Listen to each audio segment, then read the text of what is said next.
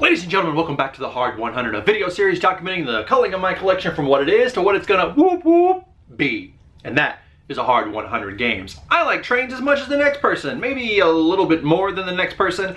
I wouldn't go so far as to say I'm a train nut or anything like that. I've been to a train convention where you buy little model trains and it's awesome, and my daughter almost broke one. I have been on a train. Here's a super cool picture of me on a train going to the Grand Canyon. God damn, I'm sexy. But when it comes to train games, I've usually kind of stayed away. The crayon rail games look very, very interesting, but I don't think I could find anyone to play them because train games kind of look boring as shit. But I know they're fun. I have played Age of Steam or Days of Steam, or I played a Steam game and then another Steam game. They all have Steam in the title. One for the iOS and one for the reals.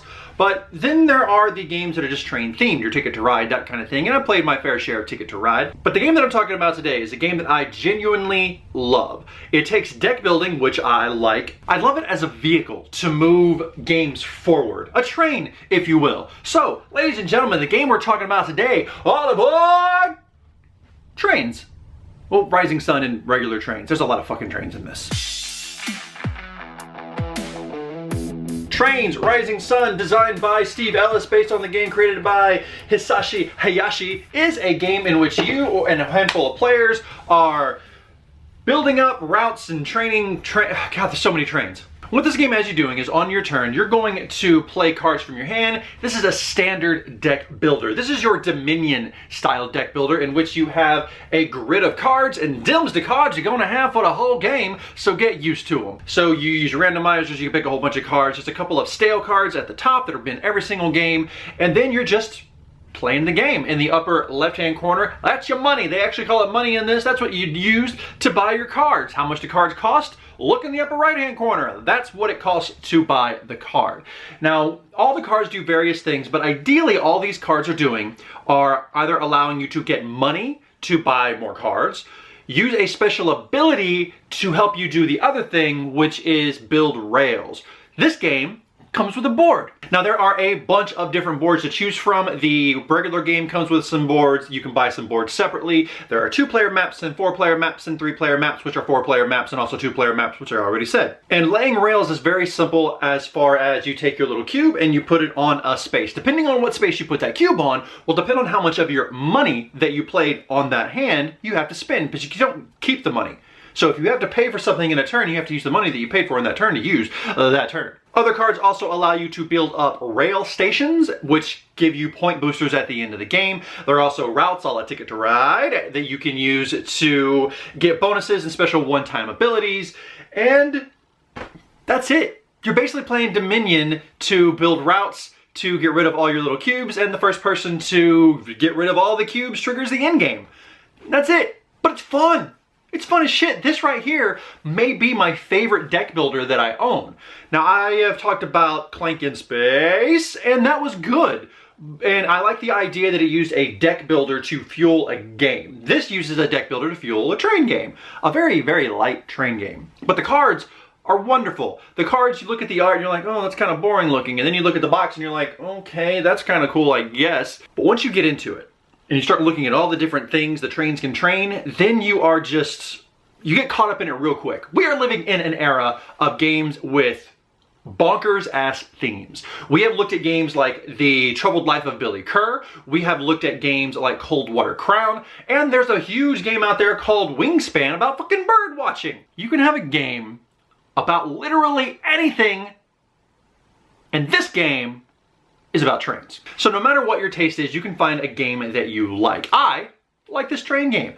I am more of a fan of like the old-timey Hogwarts Express steam engine trains, but the bullet trains, they're kind of super cool. There are 3 different types of cards in this game. There are your train cards, there are your points cards that give you points at the end of the game, but you don't really want to get those during the game because they kind of clog up your hand.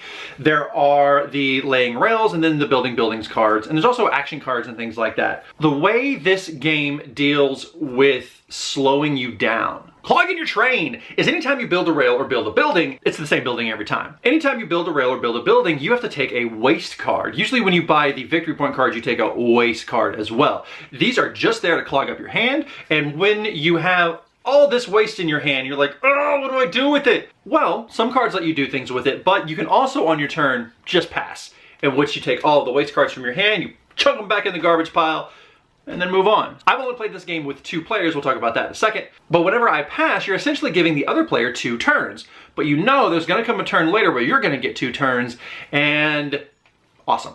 Let's do some housekeeping. 2 or 4 players. 2 or 2. 4 players. Like I mentioned, I've only played this with 2 players. There are maps in this game that are specifically designed for 2 players, and they're wonderful. They're cramped, and they're just, let me, I love the 2-player game. Let me show you my one gripe about the 2-player game. Here are all of the boards that I have for it. I think these are all of the boards for the game mainly. There's a whole bunch of Tokyos and everything, which is nice. There's a whole bunch of Chibas, which is nice. And usually, here's how it works. Usually on a board, on one side you will have, yeah, I know the grids look boring, but this game is fucking awesome, shut up. On this side, you'll have the 4-player map. And on the other side, you'll have 2 2-player maps. And watch this, look. Oh, it folds, so you only have to worry about this. Isn't that a smart design? But look, here's what the original trains came with. They had the same idea where on one side you have, boom, Europe. Did I buy this one? This might be an extra map, I don't know. But here's the 4-player map, and it's huge and it's awesome. But on the other side, look, boom, here's California and Italy. But wait, it's not folding. It folds this way. What are you thinking? Anyway, I'm thinking about cutting that down the middle and just using the 2-player map since I really only play this with 2 players. So as a 2-player game, it's wonderful. Since it's a deck builder, you're not really worried about what the other person is doing. The only thing the other person is doing to stop you is when they build their routes, it may cost you more money to build a route on their route, and they may be claiming a route sooner. Rail network? Something like that. 45 minutes of playtime.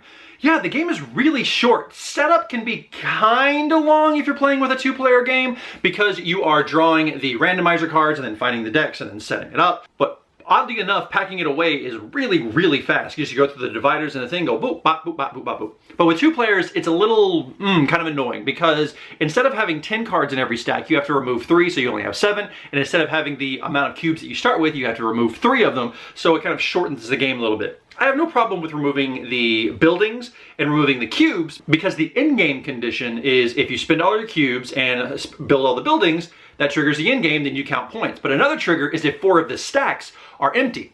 Every time I've played this game, I've never had more than 1 stack go empty before the game ends. That seems like an arbitrary kind of old layover from Dominion style of when the game ends. And because of that, I don't think I'm ever going to remove the 3 cards from it because I think it's dumb and I don't want to do it because it's just micromanaging and I don't like doing it. I don't like doing it, so I'm not going to do it. It's my game. I can do what I want. So, ages 12 and up. Cool. Enjoy a train. So, Trains, Rising Sun, and Trains are some of the best deck building games in its purest form, I believe, that you can play. It's the idea of using the cards to do something other than just buying more cards. When you play a game like Clank, the cards fuel the thing you're doing on the board, the dungeon crawl. When you play a game like Legendary, the cards are building this story and they're driving it forward. When you play a game like Dominion, the cards are just there to make you buy other cards, and sometimes the cards will combo together. In this game, the cards do combo together, like one train will lead to another train, which can train to another train, and then they all link together like like a thing. I don't know, it'll come to me later. But Trains Rising Sun and Trains uses their deck building to create a very simple route builder. You're not delivering goods on these routes, you're just laying the things on the board to drive the whole thing forward. It's a very nice time, and whenever you actually start playing, you get into the theme, and you're like, oh, there's an amusement park, and you really don't want that waste, and I don't know, I could just talk about trains for a while. I just want to play it right now. I really like it. Really like it. In the hard 100. I do not want to see this game go anytime soon. It's not in the box because all of them boards make that box stack really high. Oh, I just really like it. I know it can be kind of a hard sell to be like, hey, do you want to play some Trons? No, I don't want to play some Trons. I want to play something exciting. I want to play, I don't know, a game about hostages or a game about brass. No. If you are the type of gamer who likes deck builders and you have not played Trains or Trains Rising Sun, which one do you need to get? Doesn't fucking matter, just get one of them. They're fully compatible. I mean, it's just fun. I like playing train games. I wish I could play more train games. Why doesn't Phil play train games with me? He played brass with me, he liked that. I don't think I could get him to play a Crayon Rails game. I think that might ruin our friendship. Ugh.